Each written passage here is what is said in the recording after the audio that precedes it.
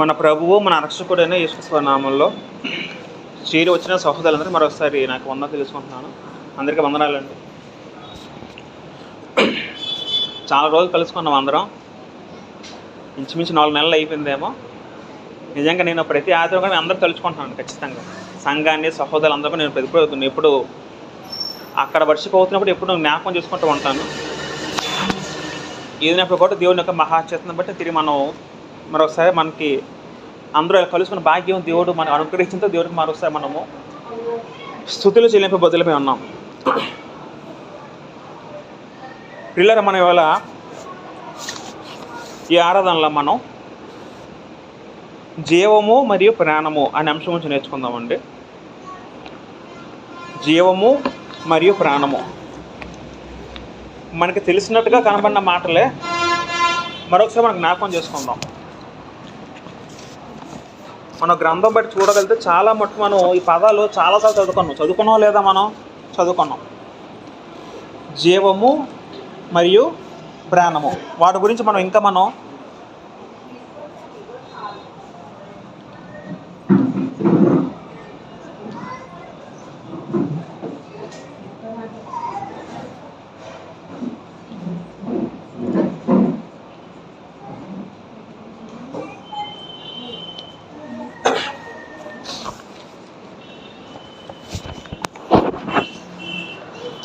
అపోస్తల కార్యంలో 17వ అధ్యాయంకి వెళ్దాం.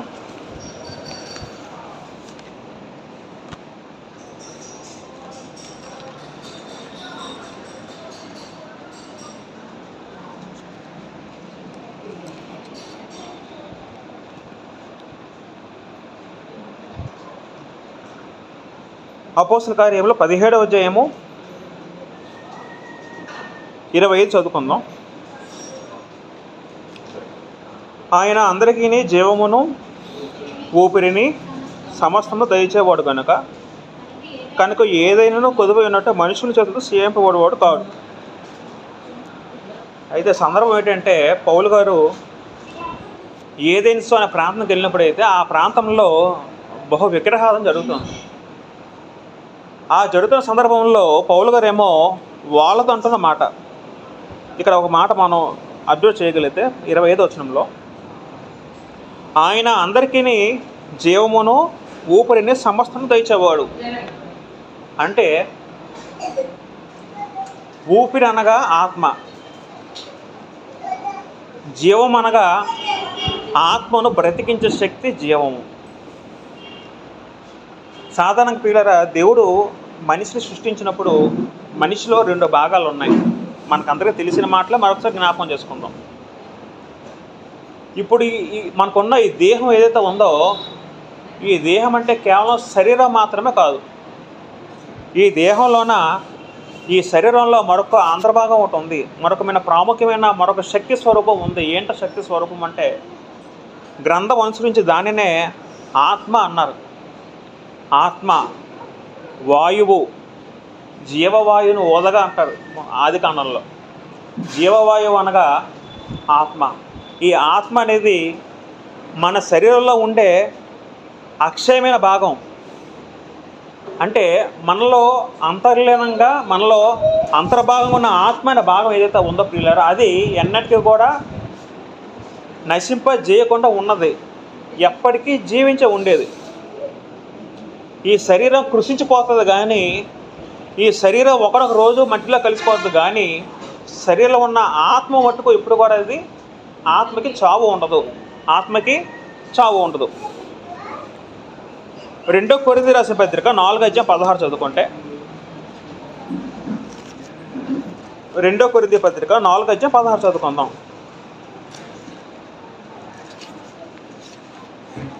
పౌలు గారు అంటారు,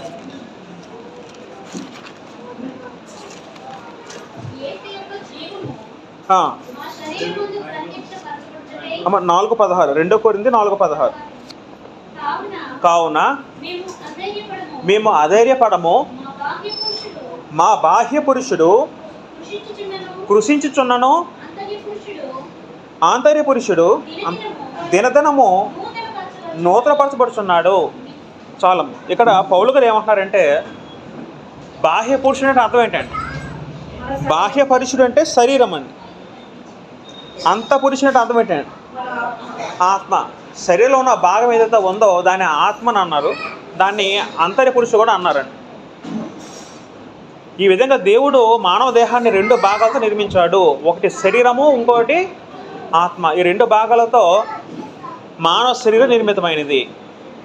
అయితే ఈ శరీరంలో ఆత్మ ఏదైతే ఉందో ఆ ఆత్మను దయచేసిన వారు ఎవరు? దేవుడు. ఇందాక చదువుకుని ఆయన ఊపిరిని సమస్తను జీవము దయచేవాడు అన్నాడు. మరొక క్లియర్ వెర్స్ మనం చదువుకోగలిగితే ప్రసంగి గ్రంథము 12:7 చదువుకుందాం.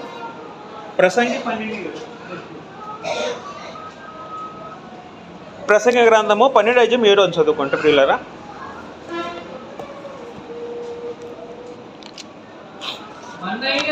మన్నైనది వెనుకటి వలనే మరలా భూమికి చేలను. ఆత్మ తాను దయచేసిన, ఇక్కడ ఆత్మని ఎవడు దయచేసిన గ్రంథంగా చెప్తున్నాడు? అక్కడ దేవుడు. దేవుడు దయచేయడం మూలన ఆత్మ ఒక వ్యక్తిలో ప్రవేశిస్తుంది. జకరియా గ్రంథము 12:1 చదువుకుందాం. జకరియా గ్రంథము 12:1.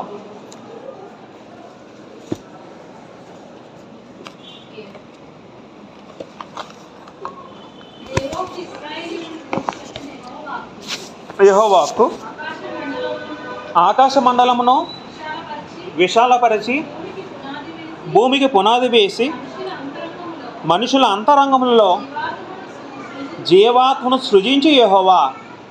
ఇక మన జాగ్రత్తగా అప్డేట్ చేయగలుగుతున్నారా? మనుషుల అంతరంగంలో అంటే అర్థం ఏంటంటే మనిషి దేహంలో జీవాత్మను, జీవించే ఆత్మను సృజించి యెహోవా అనే పదం రాయబడిందండి. ఒక విషయం మనకి ఏం అర్థం అవ్వాలంటే పిల్లరా, మనిషి దేహంలో 2 భాగాలు ఉన్నాయి. ఈ 2 భాగాలు మనం చూడగలిగితే అంతర్భాగం ఏదైతే ఉందో దాంట్లో ఆత్మ అనే ఒక శక్తి స్వరూపం ఉంది. ఆ శక్తి అనేది దేవుడి నుండి దయచేయబడితే మనకి అనుగ్రహించబడిన విషయం మనకు అర్థం అవ్వాలి. శరీరం కృషించిపోద్ది. శరీరం ఎప్పుడు నిత్యము ఎలాగా ఉండదండి. ఎంతటి వ్యక్తి అయినా సరే భూలోకంలో ఆ వ్యక్తికి ఎంత డబ్బు ఉన్నా సరే, ఎంత గొప్పవాడైనా సరే, ఎంత అధికారం ఉన్నా సరే, ఆ వ్యక్తి ఖచ్చితంగా ఒకనొక సమయంలో ప్రతి ఒక్కరు కూడా భూమిలో చేరుకోవాల్సిందే. మన్ని అనేది వెనకటి వల్ల మరలా మంటికి చేరును. ఈ శరీరం ఖచ్చితంగా మట్టిలో కలిసిపోవాల్సింది ఒకరోజు. కానీ మనలో ఉన్న ఆత్మ మట్టుకు దానికి చావు లేదు అని గ్రంథం మనకు స్పష్టంగా సెలవిస్తుంది. అయితే ఇక్కడ జాగ్రత్తగా గమనిస్తే పిల్లరా,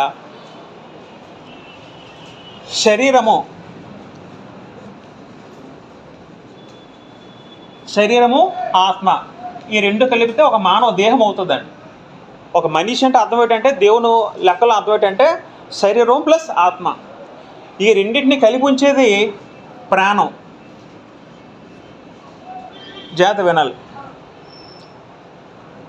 శరీరం ఆత్మ 2 కలిపి ఉంచేది ఏంటండి? ప్రాణం. ఆదికాండము 9:4-5 వెళ్ళిపోతే, ఆదికాండము 9:4 చదువుకుందాం ఒకసారి.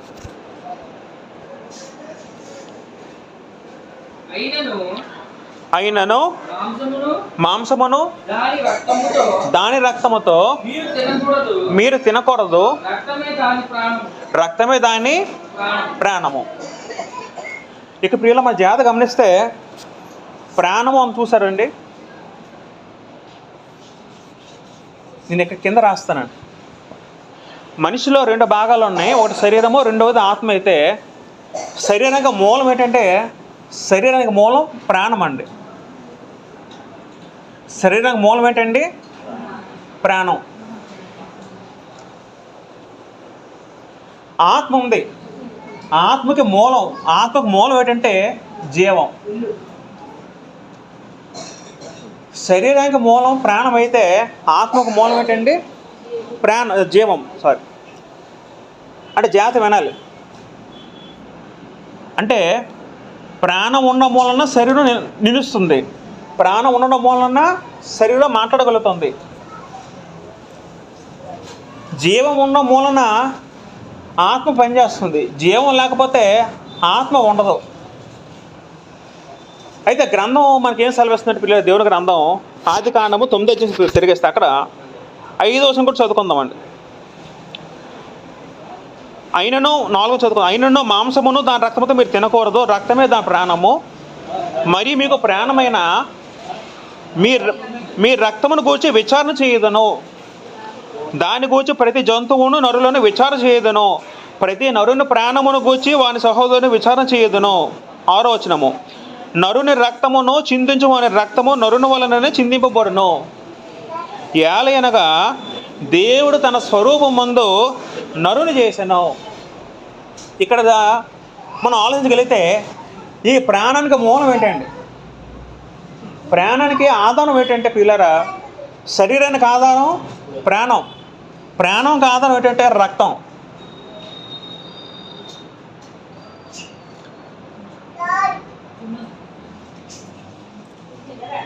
అందరూ జాగ్రత్త వినాలండి. శరీరం అంటే మానవ శరీరం. వాస్తవానికి పాత నిబంధనలో శరీరం అనే పదం ఏదైతే ఉందో అది ప్రతి జీవికి వాడబడిందండి. మానవులతో పాటు ప్రతి జీవరాశి కూడా వాడబడింది. దాంట్లో జంతువులు ఉన్నాయి, పక్షులు ఉన్నాయి, సముద్రంలో ఉన్న జలచరాలు ఉన్నాయి. సమస్తం కూడా శరీరము అనే పదం వాడబడింది, జీవరాశి పదం వాడబడింది. అయితే శరీరానికి ఆధారం ఏంటంటే ప్రాణము, ప్రాణంకి ఆధారం ఏంటంటే రక్తము. ఇది భౌతికం సంబంధించి. ఇప్పుడు జీవులకి శరీరం ఉంటుంది కదా, జంతువులకి ఉంటుందా లేదా? ఇప్పుడు ఆవు ఉంది, ఆవుకి శరీరం కనబడుతుంది కదా కంటికి. మనం చూస్తున్న జంతువులు, పక్షులు, సమస్త జీవరాశి కూడా అన్నిటికీ వాటికి ఏమున్నాయి? శరీరం ఉందండి. శరీరం అంటే రక్త మాంసములు. శరీరం అంటే అర్థం ఏంటండి? రక్త మాంసములు, ఫ్లెష్ అండ్ బ్లడ్. ఇప్పుడు ప్రతి జీవరాశికి ఏమున్నాయి? ప్రాణం ఉంది. ప్రాణం ఉందా లేదా? మనిషికి మాత్రం కాదు, ప్రతి జంతువుకి కూడా ప్రాణం ఉందండి. ఇప్పుడు ఈ ప్రాణానికి మూలం ఏంటి? రక్తం. అందుకే దేవుడు ఏం చెప్పాడంటే ఆదికాండంలో మనం చదువుకుంటే, రక్తమే దాని ప్రాణము, మీరు రక్తమును మీరు తినకూడదు అని దేవుడు పాత నిబంధనలు ఆజ్ఞాపించారండి. పాత నిబంధనలు మాత్రం కాదు కానీ ప్రియులారా, క్రొత్త నిబంధనలు కూడా మనకున్న ఆజ్ఞ ఏంటంటే రక్తాన్ని ఎవరు కూడా తినకూడదండి. అంటే మనం జనరల్ అందరూ నాన్ వెజిటేరియన్స్ కదండి, మనం ఎప్పుడు కూడా రక్తాన్ని ఎప్పుడు తినకూడదు. రక్తాన్ని బాగా శుభ్రం చేసి మనం ఒక చికెన్ కొన్నా, మటన్ కొన్నా, ఏదైనా సరే రక్తాన్ని బాగా శుద్ధి చేసి కడిగిన తర్వాత మనం అది తినాలండి. రక్తంతో తిన్నాం అనుకుని ఏమవుతుంది? మనం దేవుడిని ఆజ్ఞని మీరినట్టు అవుద్దండి. ఎందుకంటే రక్తంలో ప్రాణం ఉంది కాబట్టి మీరు రక్తాన్ని తినకూడదు దేవుడు ఖచ్చితంగా ఆజ్ఞాపించాడు అనమాట. రైట్. ఇక మన జాగ్రత్త గమనిస్తే ప్రియులారా, 6వ వచనంలో ఏలయనగా దేవుడు తన స్వరూపమునందు నరుని చేశాను. దేవుడు తన స్వరూపంలో ఎవరిని చేశారు? నరుని చేశాడు. ఇప్పుడు జంతువులు దేవుని స్వరూపం కలిగి ఉన్నాయా లేవా? జంతువులు ఉన్నాయా? జంతువులు లేవండి. కేవలం మనిషి మాత్రమే దేవుని స్వరూపంలో చేయబడ్డాడు. అంటే అర్థం ఏంటండి? దేవుని స్వరూపంలో చేయబడ్డా అర్థం పిల్లరా. దేవుని స్వరూపం అంటే దేవుడు ఎలా ఉన్నాడో దేవుడు యోహాను సువార్త 4:20 చదవండి. యోహాను సువార్త 4:20 చదువుకుంటే,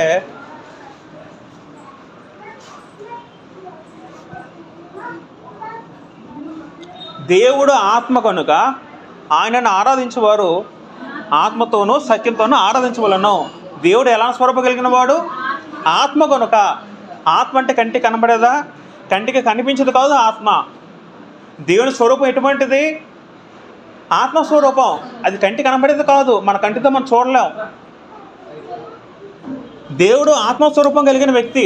అదే దేవుడు ఏమంటారంటే దేవుని స్వరూపంలో మనిషి చేయబడ్డాడు, దేవుని స్వరూపంలో మానవుడు చేయబడ్డాడు. అర్థం ఏంటంటే దేవుడు ఏదైతే ఆత్మ కలిగి ఉన్నాడో అదే ఆత్మని ఎవరు కలిగి ఉన్నాడు? మనుషులు కలిగి ఉన్నాడు. జంతువులు కలిగి ఉన్నాయా? జీవులు కలిగి లేవు.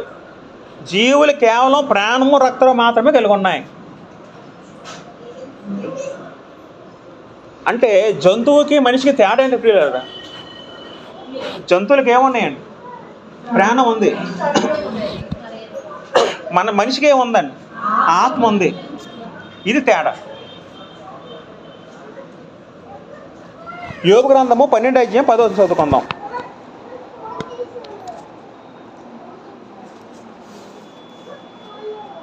యోబు గ్రంథము 12:10 చదువుకుందాం ఒకసారి.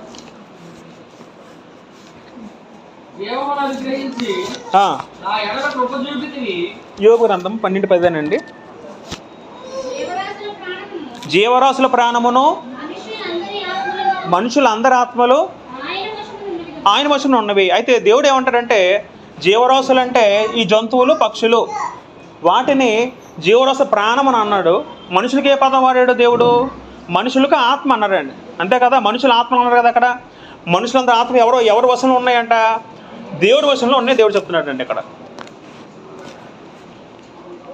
ఇంకా మనం చదువుకుంటే ప్రసంగి గ్రంథము 3:21 చదువుకుందాం. ప్రసంగి గ్రంథము 3:21.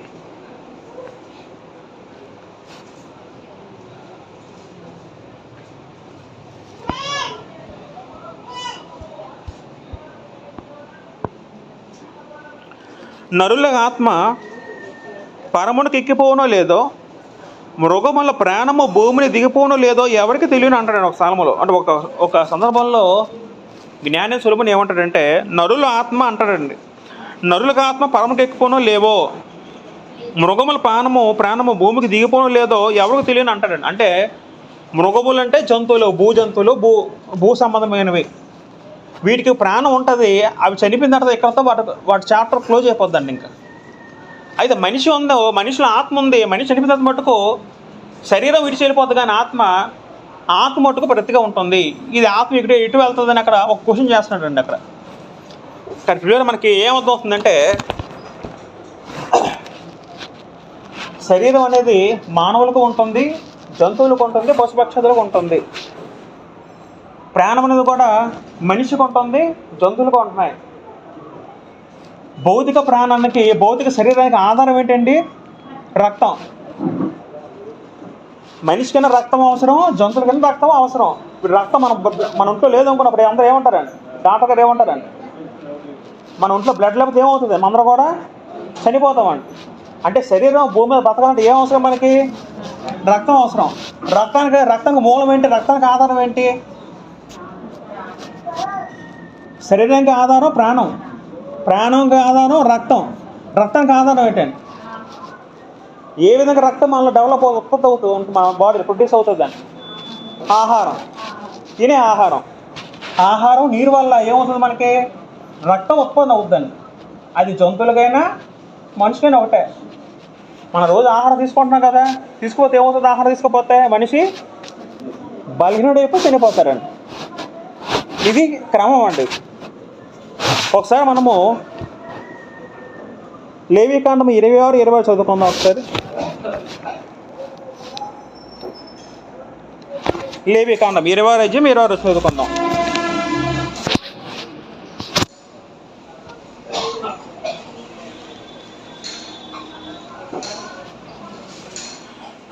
నేను మీ ఆహారమును అనగా మీ ప్రాణాధారమును తీసివేసిన తర్వాత అని అంటాడు ఒక సందర్భంలో దేవుడు. ప్రాణాధారం ఏంటంటే కదా ఆహారము. మత్తయి సువార్తలో చదువుకోండి, లేరా మత్తయి సువార్త 6:20 చదువుకుంటే, మత్తయి సువార్త 6:20 చదువుకుందాం. యేసుక్రీస్తు మాట అంటారండి అక్కడ,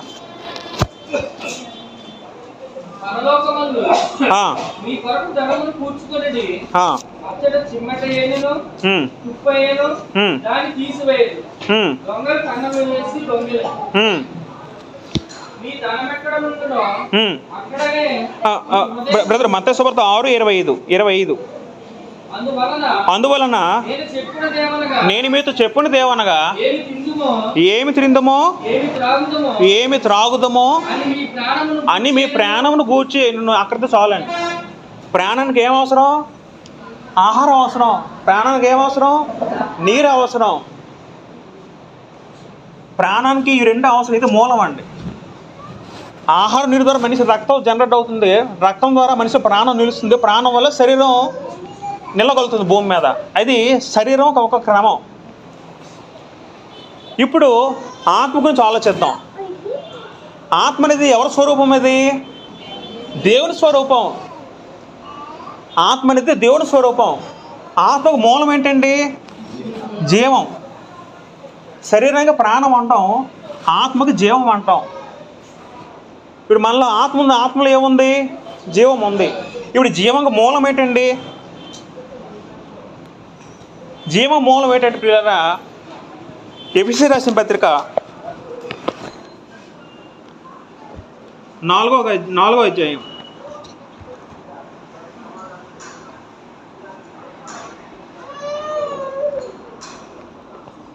ఒకసారి మనం ఎఫెసీ పత్రిక వెళ్దాం. 4వ అధ్యాయంలో అక్కడ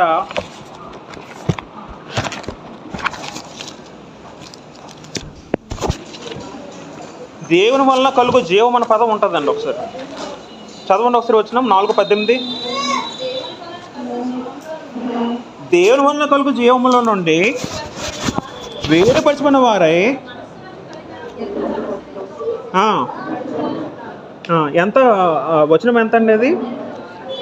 ఎఫెసీ పత్రిక 4వ అధ్యాయము 18. మళ్ళీ చదువుకుందాం. వారైతే అంధకారమే మనసు గలవారై తమ హృదయ కాఠిన్యం వలన తమలో ఉన్న అజ్ఞానం చేత దేవుని వలన కలుగు జీవముల నుండి, ఆ జీవం అనే పదం ఎక్కడ కలుగుతుందండి? దేవుని వలన కలుగు జీవముల నుండి. అంటే జీవం అంటే ఎక్కడ? దీనికి మూలం, జీవం మూలం ఎవరు? దేవుడు.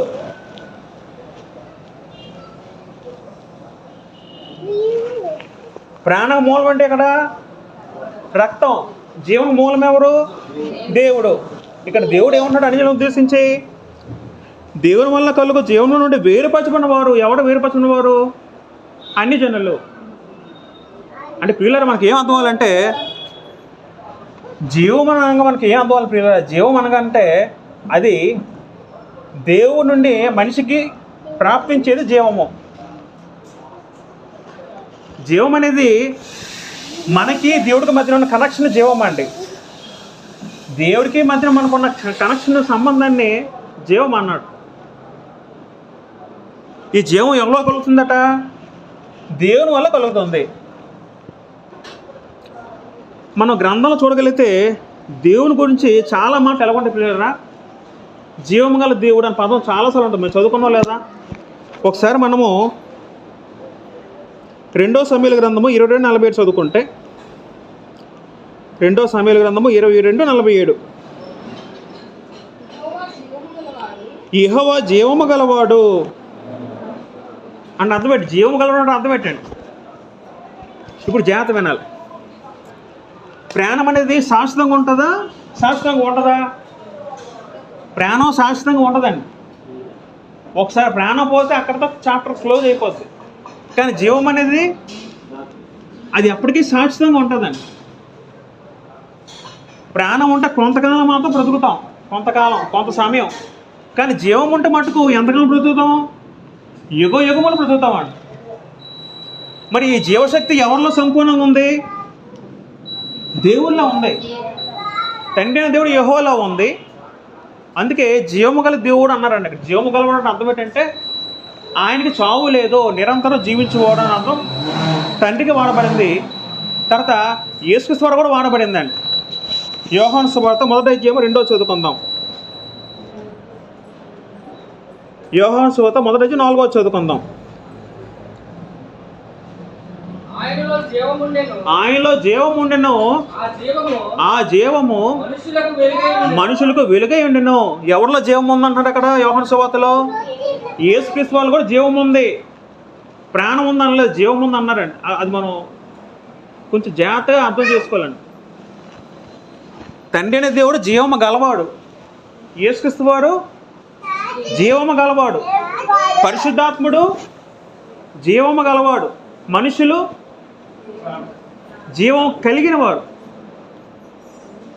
గలవారు అన్న పదంగా అర్థం వేరు, కలిగిన వాడు అన్న పదంగా అర్థం వేరు. మీకు పాయింట్ అర్థమవుతుంది పిల్లరా? చెప్తుంది. ఒకసారి నేను యూట్యూబ్లో ఒక వీడియో చెప్పానండి.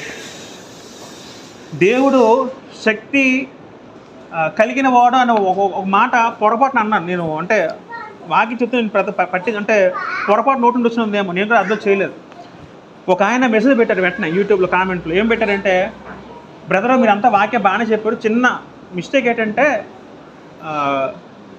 దేవుడు జీవం శక్తి కలిగిన వాడు అన్నారంటే బ్రదరు, కొంచెం అది ఒకటే అంతే అన్నారంట. నేను అప్పుడు వెంటనే సారీ బ్రదర్ పొరపాటు వచ్చిందేమో అని వెంటనే నేను చెప్పడం జరిగిందండి. మనం ఎప్పుడైనా సరే పిల్లరా దేవుని విషయంలో చాలా చక్కగా మాట్లాడాలండి. మాట కూడా మనం తప్పు పలకూడదు ఏ విషయంలో అయినా సరే.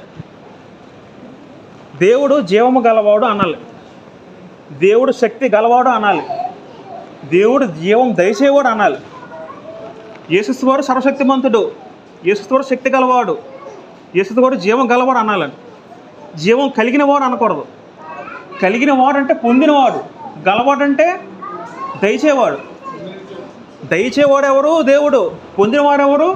మనుష్యుడు. యేసుక్రీస్తు వారు తండ్రి వీళ్ళందరూ కూడా దయచేవాడు అండి. వాళ్ళు కలిగిన వాడు అనకూడదు, గలవాడు అనాలి. శక్తి గలవాడు, జీవము గలవాడు అలాగ అనాలండి. మనుషులేమో కలిగిన వారు అండి అలాగా. అది ప్రియులారా, మరి దేవుడు ఏం చేస్తున్నాడంటే మనుషులు కూడా ఆత్మలో జీవం ఉందండి, తాత్కాలిక జీవం ఉందండి. అయితే మనిషి ఎప్పుడైతే భూమి మీద పుట్టి పెరిగిన తర్వాత ఏమవుతుందంటే ఆ జీవాన్ని కోల్పోతున్నాడు. ఏ విధంగా కోల్పోతున్నాడు? పాపం చేయడం మూలన తనలో ఉన్న జీవం కోల్పోయి ఏమవుతున్నాడు? మనిషి దేవుడి నుండి దూరం అయిపోతున్నాడు అండి. ఎఫెసీ రాసిన పత్రిక 2వ అధ్యాయం మొదట చదువుకుందాం. ఎఫెసీ రాసిన పత్రిక 2వ అధ్యాయం 1-2 వచనాలు చదువుకుందాం. మీ అపరాధముల చేతను పాపముల చేతను మీరు చచ్చిన వారే ఉండగా ఆయన మిమ్మును క్రీస్తుతో కూడా బ్రతికించును. ఈ మాటలు ఎవరెవరితో చెప్తున్నారు? పౌలు గారు ఎఫెసీ సంఘానికి చెప్తున్నారండి. మీరు చనిపోయారు, మిమ్మల్ని బ్రతికించారు అంటున్నారు యేసుక్రీస్తు. చనిపోవడం ఏంటి? సంఘం అంటే మనుషులే కనబడ, అందరూ బ్రతుకున్నవారే కదా. బ్రతుకున్న వ్యక్తుల్ని పౌలు గారు చనిపోయిన వ్యక్తి ఎందుకు అంటున్నారండి అక్కడ?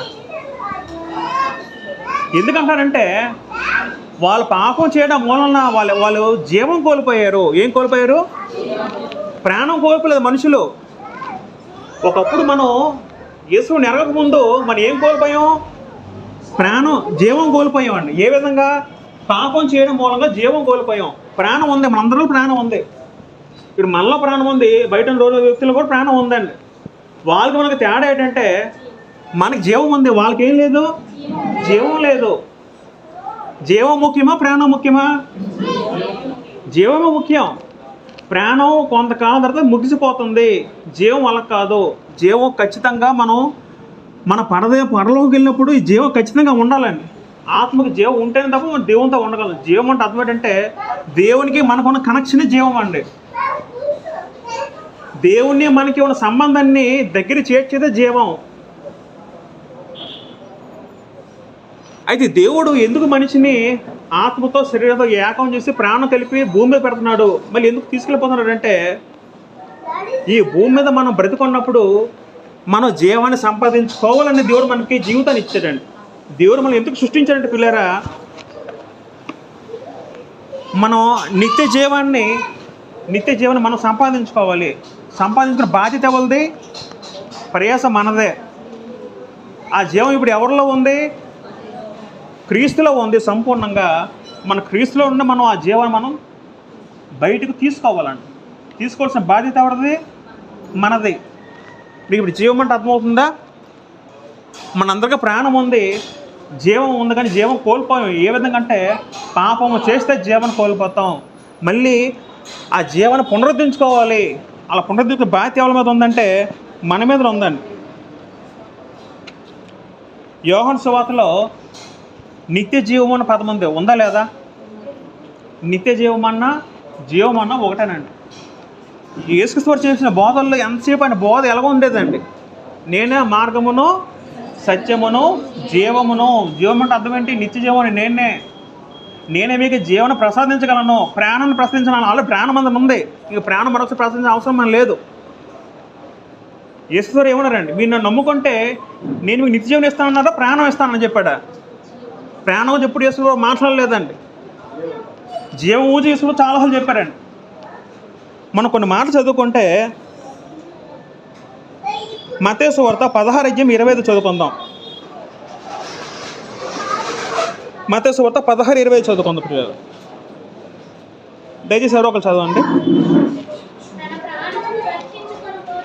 తన ప్రాణమును రక్షించుకునేవాడు దాన్ని పోగొట్టుకొనెను, నా నిమిత్తము తన ప్రాణమునకు పోగొట్టుకునేవాడు దాన్ని దక్కించుకున్నాను. యేసుక్రీస్తు ఏం చెప్పారంట భూలోకి వచ్చినప్పుడు? మీ ప్రాణాన్ని కాపాడుకోమన్నాడా, పోగొట్టుకోమన్నాడండి? అంటే అర్థం ఏంటి ఆయన చెప్పిన బోధల్లో? ఎవరైతే అతని ప్రాణం రక్షించుకోవాలో కోరుకుంటున్నాడో వాడు దాన్ని కోరుకుంటాడట. అంటే ప్రాణాన్ని ద్వేషించాలా ఇష్టపడాలండి? ప్రాణాన్ని మనం ఏం చేయాలి? ప్రాణాన్ని ద్వేషించాలంటే అర్థం ఏంటండి? మరొక మాట ఉంటుంది, మత్తయి సువార్త 10:30 చదువుకుందాం. మత్తయి సువార్త 10:30 చదువుకుందాం ఒకసారి.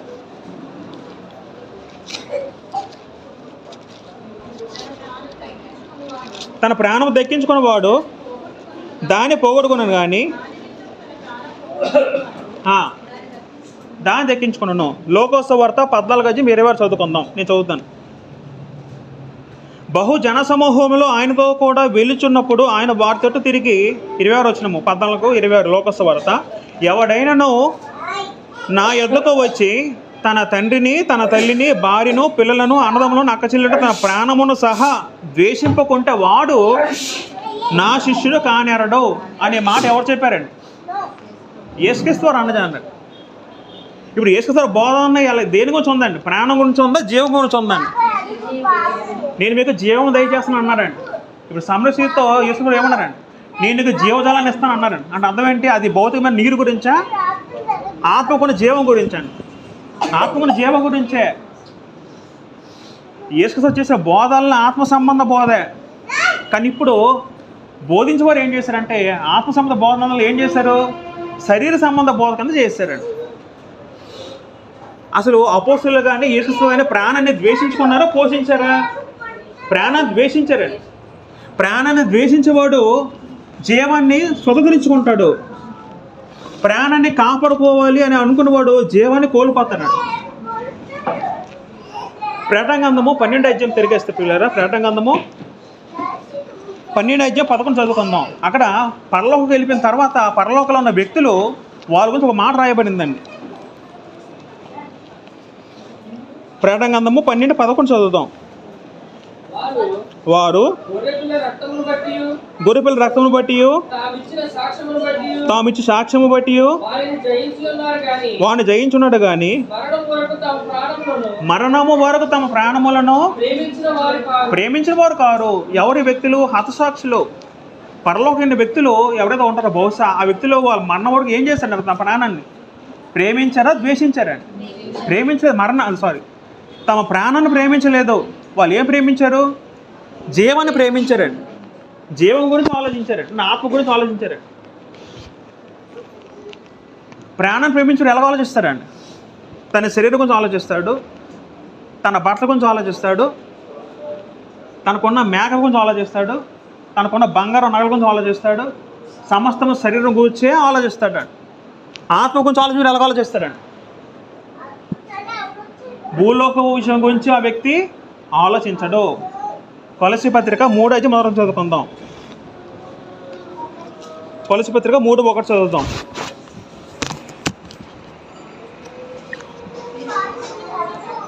మీరు క్రీస్తుతో కూడా లేపబడిన వారైతే పైనున్న వాటిని వెతుకుడి, అక్కడ క్రీస్తు దేవుని కుడి పార్శ్వమున కూర్చుని ఉన్నాడు. 2వ వచనం, పైనున్న వాటి మీదనే కానీ భూ సంబంధ వాటి మీదన మనసు పెట్టుకొనకుడి. ఏలయనగా మీరు మృతి పొందితిరి, మీ జీవము క్రీస్తుతో కూడా దేవుని యందు దాచబడి ఉంది. దేవుడు ఏం చేశాడు పిల్లారా? క్రీస్తులో ఒక జీవాన్ని దాచిపెట్టి భూలోకానికి పంపాడు. యేసుక్రీస్తు వారు ఏమన్నారంటే, మీరు నన్ను విశ్వసించండి, నా మార్గంలో నడవండి. నేను ఎలాగైతే నడిచానో అలా నడిచి ప్రాణాన్ని ద్వేషించి జీవాన్ని ప్రేమిస్తే మీరందరూ కూడా నేను తండ్రి దగ్గర తీసుకెళ్తానని యేసుక్రీస్తు వారు మాట ఇచ్చారండి.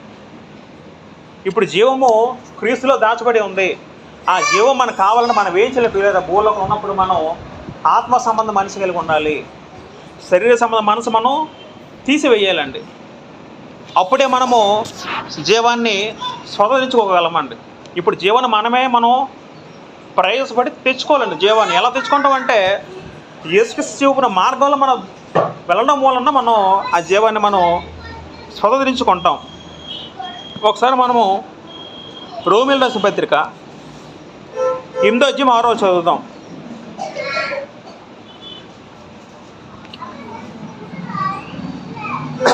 రోమీయులకు పత్రిక 8:6. ఆత్మానుసారమైన మనస్సు జీవమును సమాధానమునే ఉన్నది.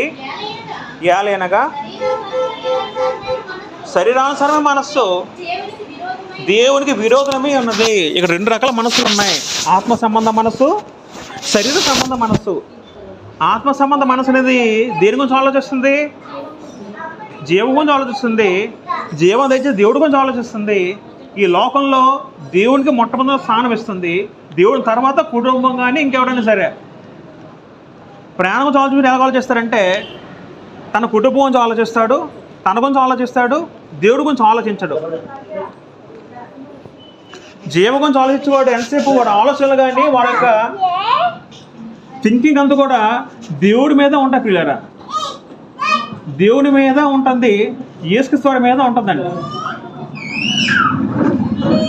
తమ హృదయంలో మొట్టమొదటి స్థానము వీరికి వేస్తారండి.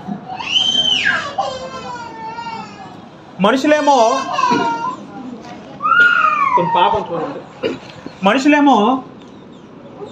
సాధారణ ఎక్కువ మంది ఏమో ప్రాణం గురించి ఆలోచిస్తారండి, దేవుడి గురించి ఆలోచించరండి. వీళ్ళకి దేవుడు అవసరం లేదు. తిన్నామా, ఉన్నామా, సుఖంగా జీవించామా భూమి మీద. ఒక ధనవంతుడు ఏమంటాడు? మొత్తం డబ్బు సంపాదించి నా ప్రాణముతో ప్రాణమా సుఖించమో తినమో త్రాగము అన్నారండి. అప్పుడు దేవుడు ఏమంటారండి? ఈ రాత్రి ప్రాణం నేను అడుగుతున్నాను అంటారండి. అప్పుడు వల్ల ఈ సంపాదనలో ఏమైపోతుంది? డబ్బులు ఏమవుతుందండి?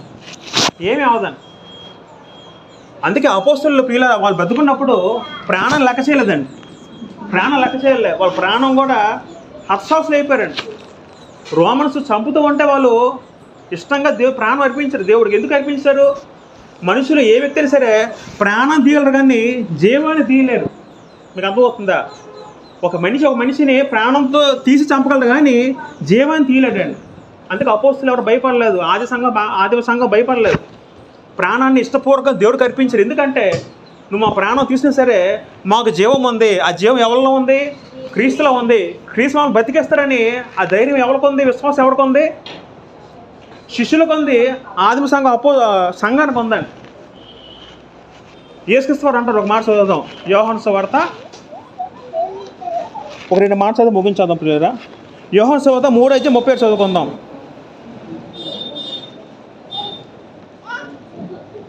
యోహాను సువార్త 3:36.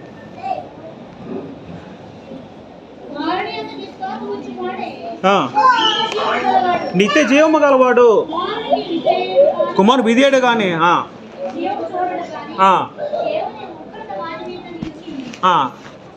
పిల్లలు ఇక్కడ ఏం చెప్తున్నారంటే ఎవరైతే విశ్వాసం ఉంచుతారో యేసుక్రీస్తు పట్ల వారికి ఏముందంట?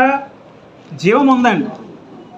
ఎవరైతే విధేయులు అవుతారో దేవునికి వారికి నిత్య జీవనం అనుగ్రహిస్తారని యేసుక్రీస్తు వాగ్దానం చేశారు. తండ్రి దేవుడు వాగ్దానం చేశారు మనుషులకి.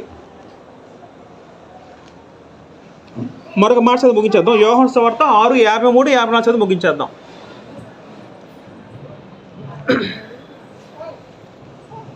యోహాను సువార్త 6:53-54 చదువుకుందాం. కావున యేసు ఇట్లే నేను త్రాగితేనే గాని మీలో మీరు జీవము కలవారు కారు. నా శరీరము తిని నా రక్తము త్రాగువాడే నిత్య జీవము గలవాడు. అంత్య దినమున నేను వాణిని లేపుదును. ఇది చాలా ప్రాముఖ్యమైన ఆజ్ఞ. ఏంటి ఆజ్ఞ? నా శరీరం తిని నా రక్తము త్రాగువాడు నిత్య జీవము గలవాడు. ఎప్పుడు త్రాగాలి? ప్రతి ఆదివారం తీసుకోవాలండి సాదృశ్యంగా. మన ఇప్పుడు భూమి మీద మన ఆరాధనకు మిస్ అయిపోయి ఆ 2 మనం పాటించలేదు అనుకోండి, మనం ఏం కోల్పోతామండి? అప్పుడు నిత్య జీవనం కోల్పోతామండి. రొట్టె ద్రాక్ష అనేది ఏదో కేవలం ఇది ఏదో ఒక పానీయమో అదేదో పదార్థం అనుకోవద్దు ఎప్పుడు కూడా. రొట్టె ద్రాక్షసం అనేది అది నిత్య జీవనానికి సాదృశ్యం. మీకు ఒక మాట చెప్పగలిగితే, ఒక వ్యక్తి ఈరోజు ఆరాధన రాలేదు అనుకోండి, ప్రభుత్వ భోజనం తీసుకోలేదు అనుకోండి, పొరపాటున ఆ వ్యక్తి 6 రోజుల్లో చనిపోయాడు అనుకోండి ఉదాహరణకి, ఆ వ్యక్తికి నిత్య జీవం రాదు. మీరు నమ్మినా నమ్మకపోయినా నేను ఫ్యాక్ట్ చెప్తున్నాను. ఒక వ్యక్తి కావాలని మిస్ అయిపోతే ఆరాధనకి, కొన్ని ఏదో అనారోగ్యము పెద్ద కారణం ఉంటే ఓకే, తప్ప నిర్లక్ష్యం మూలనో మరే మూలన ఆరాధన మిస్ అయిపోయాడు, ఒక వ్యక్తి మిస్ అయిపోయాడు అనుకోండి. ఉదాహరణ ఈ రోజు ఆరాధనకి ఒక వ్యక్తి రాలేదు, కావాలని రాలేదు, ఏదో ఫంక్షన్ ఉందో రాలేదు, ఒక పెళ్లి ఫంక్షన్ ఉందో రాలేదు, కేవలం మిస్ అయిపోయాడు. పొరపాటున ఆ వ్యక్తి 3 రోజులు 4 మళ్ళీ వచ్చే ఆదివారంలోగా చనిపోయాడు అనుకోండి. ఆ వ్యక్తి ఎటు వెళ్తారండి? ఆ వ్యక్తి పరదేశ ఇలా స్థితి ఉంటుందండి. దేవుడు యాక్సెప్ట్ చేయడండి. ఆరాధన పట్ల మనం అంత స్ట్రిక్ట్గా ఉండాలండి. ప్రాణం పోయినా సరే మనం ప్రభుత్వ భోజనం ఖచ్చితంగా ఆచరించి తీసుకోవాలండి. అది ఆజ్ఞ అన్నాడు దేవుడు. ఆజ్ఞ అతిరేపిస్తే ఖచ్చితంగా పాపం అవుద్దండి. మనం తీసుకున్నాం అనుకోండి, వచ్చే ఆధారం వరకు మనకి నిలుస్తుంది, మన దేవుల్లో ఉంటామండి. ఆజ్ఞ మీరినట్టు కాకుండా ఉంటామండి. మనం ఎప్పుడైతే తీసుకోలేదు అనుకోండి, మనం దేని మీరినట్టు అవుతాం? ఆజ్ఞని మీరినట్టు అవుతాం. అప్పుడు దేవుడు కృప మన మీద ఉండదు. పొరపాటు మనకి ఆపద జరిగింది అనుకోండి, దేవుడు అప్పుడు దేవుడు మనం చూడడు. అందుకు దేవుడు ఖచ్చితంగా ఆజ్ఞ ఇచ్చాడు. నా శరీరము తిని నా రక్తం త్రాగబోడు నా యందు వాని నిలిచి ఉందును, ఆ వ్యక్తి నిత్యజీవం గలవాడు అన్నారండి. ఇది ప్రతి ఆధారము ప్రతి క్రైస్తవుడు జరిగించవలసిన ఖచ్చితమైన ఆజ్ఞ. దయచేసి ఎవరో దీన్ని నిర్లక్ష్యం చేయొద్దు. మీరు ఏదో ఒక పెద్ద పరిస్థితిలో ఆపదలో ఉండి అసలు కదలే పరిస్థితిలో ఉన్నప్పుడే మీరు, అది కూడా సంఘ పెద్దలు ఎవరో వచ్చి సేవకులు వచ్చి ఇస్తే తీసుకోవడం తప్ప ఎట్టి పరిస్థితుల్లో ఇది మానద్దు. ఇది కానీ మానేస్తే మటుకు మన జీవం కోల్పోయే అవకాశం ఉంటుందండి. కాబట్టి ఇప్పుడు కూడా ప్రియరా, మనం ఆలోచనలు ఎలా ఉండాలంటే, మన ఆలోచనలు ఆత్మ సంబంధంగా ఉండాలి. భూ సంబంధ ఆలోచనలో పూర్తిగా విసర్జించాలి. మన జీవం ఇప్పుడు ఎవరిలో ఉంది? యేసుక్రీస్తు వారిలో ఉంది. దాన్ని మనమే సంపాదించుకోవాలి, మనం సంపాదించుకోవాలి. దేవుడు మన చేతిలో పెట్టాడు. జీవము మరణం ఎదుట నిల్చున్నాను అంటాడు దేవుడు. పాత వచ్చిన ఉంటుంది. మరొకసారి మనం రివైజ్ చేసి మనం ముగించేద్దాం. మానవుల్లో 2 భాగాలు ఉన్నాయి. ఒకటి ఏంటంటే శరీరము, ఆత్మ. శరీరం అంటే రక్త మాంసములు. ఇది మానవుల్లో మాత్రమే కాకుండా సమస్త జీవరాశి కూడా, ప్రపంచంలో అన్నిటికీ కూడా శరీరం ఉందండి. శరీరానికి మూలం ఏంటి? ప్రాణము. ప్రాణానికి మూలం ఏంటి? రక్తము. రక్తానికి మూలం ఏంటి? ఆహారము, నీరు. ఇవన్నీ ప్రతి జంతువులో ఉంటుంది, మనిషిలో ఉంటుందండి. కాకపోతే మనిషిలో మాత్రము స్పెషల్గా దేవుడు స్వరూపంలో చేయబడ్డాడు కాబట్టి ఆ దేవుడు స్వరూపం ఏంటంటే ఆత్మ. ఈ ఆత్మ అనేది కంటికి కనిపించదు కాదు. ఈ ఆత్మకు మూలం ఏంటంటే జీవము. ఈ జీవం మూలం ఏంటంటే దేవుడు. దేవుడు తాత్కాలిక జీవంతో దేవుడు మనిషి భూమి మీద పంపుతాడు. నిత్య జీవనం పొందుకోవాలనే ఆశ మనిషికి ఉండాలి. నిత్య జీవనం స్వతంత్రించుకునేది మనిషే. ఎలా స్వతంత్రించుకుంటాడంటే, ఆ వ్యక్తి క్రీస్తుని నమ్మి క్రీస్తుని విశ్వసించి ఆయనలో బాప్తిసం పొంది ఆయన అడుగుజాడలు నడిస్తే అప్పుడు ఆ వ్యక్తి చనిపోయిన తర్వాత ఈ జీవాన్ని యేసుతో తిరిగి ఆ వ్యక్తి దయచేస్తారండి. దాన్నే నిత్యజీవం అన్నారండి. నిత్యజీవం పొందిన వ్యక్తులకే పరలోకంలో స్థానం ఉందండి, లేకపోతే వ్యక్తి పరలోకంలో స్థానం లేదు. ఆఖరి ఒక మాట ముగించేస్తాను. 1 తిమోతి పత్రిక 6:12. 1 తిమోతి పత్రిక 6:12 ముగించేద్దాం. తిమోతి గారితో పౌలు ఉంటున్న ఒక మాట ఆలోచించి ముగించేద్దాం. మంచి పోరాటము నిత్య జీవము చేపట్టము అన్నారండి. ఎవరిది అన్నారు ఈ మాట? ఈ మాట ఎవరితో అన్నారండి? పౌలు గారు తిమోతితో అన్నారండి. ఏమన్నారు మళ్ళీ ఆలోచిద్దాం. విశ్వాసంలో మంచి పోరాటము నిత్య జీవము చేపట్టము. నిత్య జీవము రావాలని మనం ఏం చేయాలండి? ఆత్మ సంబంధ పోరాటం చేయాలి. పోరాటం చేయకుండా దేవుడు నిత్య జీవం దయచేయడు. మనకి మన జీవం సంపాదించుకోవాలి, మనం పోరాటం చేయాలండి. పోరాటం లేకుండా దేవుడు ఏది కూడా మనకి బహుమానం ఇవ్వడండి. ఆ విధంగా పౌలు గారు పోరాడాడు, నిత్యం సంపాదించుకుంటాడండి. నా పరుగు కడ ముట్టించింది నేను జీవక్రీడ నాకు ఇచ్చేది అన్నాను అంటారు కదా పౌలు గారు. పిల్లరా, మనం కూడా ఆ జీవం మనం సంపాదించుకోవడం అందరూ ప్రయత్నం చేద్దాం. భూ సంబంధం మనసు కలిగి ఉండకుండా మన ప్రాణాన్ని ద్వేషిద్దాం. ప్రాణాన్ని ఎక్కువ మనం పెంచి పోషించుకోకుండా ప్రాణాన్ని ద్వేషించి జీవాన్ని ప్రేమిద్దాం. ఈ విధంగా జీవనం ప్రేమిస్తే దేవుడు అందరూ కూడా నిత్య జీవము దయచేస్తున్న దేవుడి వాక్యం మనకి హెచ్చరిస్తూ ఉంది. దేవుడి మాటను కూడా దీవించి మమ్మల్ని అందరూ ఆస్వాదించిన కాక. ఆమేన్. అందరికీ వందనాలు.